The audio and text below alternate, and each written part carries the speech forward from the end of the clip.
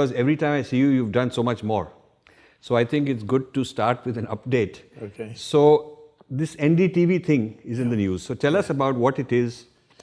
Well, you see, the NDTV originally, we owe it to an income tax official who had investigated and stumbled on some conflict of interest issues, and then he made out a case, and his senior officers agreed, and they had issued notice to the NDTV. This was then the Mr. Roy and the others in that establishment of NDTV. They approached Mr. Chidambaram, and in the process they not only tried to rubbish the reputation of the officer, but they also contrived to see that he is declared as insane by the High Court based on false data. And perhaps he may have been indiscreet in one or two remarks, and they took advantage of that. Now, the man was then finally removed from service, and everybody forgot about it. I think Mr. Jetmalani and Mr. Gurumurthy initially started on it, and then somewhere they seem to have lost interest also. Perhaps they felt they run up against a wall. Even when we were in office, when we came to office.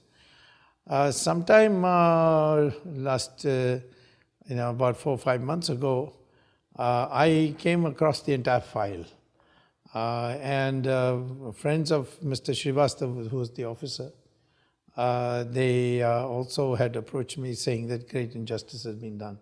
I must say, to the credit of our Prime Minister, when he heard about the treatment meted out to Srivastav and how unfair it was, he had him fully reinstated with all the honors in the finance ministry, despite the resistance of the senior bureaucrats of that ministry, who are loyal still to Chidambaram.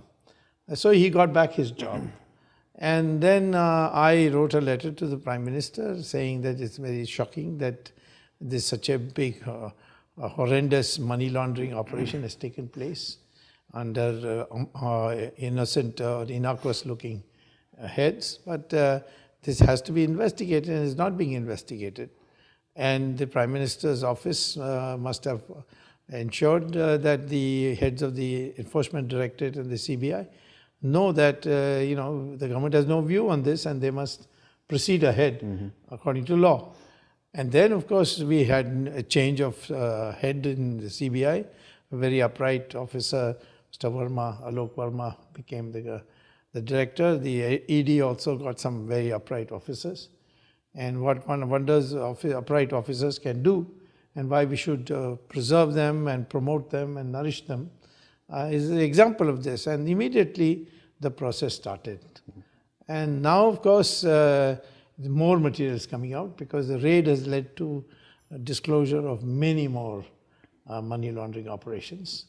And the undisclosed wealth of Mr. Roy is another very big issue. And it's not an issue at all of freedom of press as they make it out. Because, nobody is above the law. I mean, you can be a high official of the government and still be subject to the anti-corruption laws of the country and the criminal code of a country. And so we can't make an exception in this. Sure.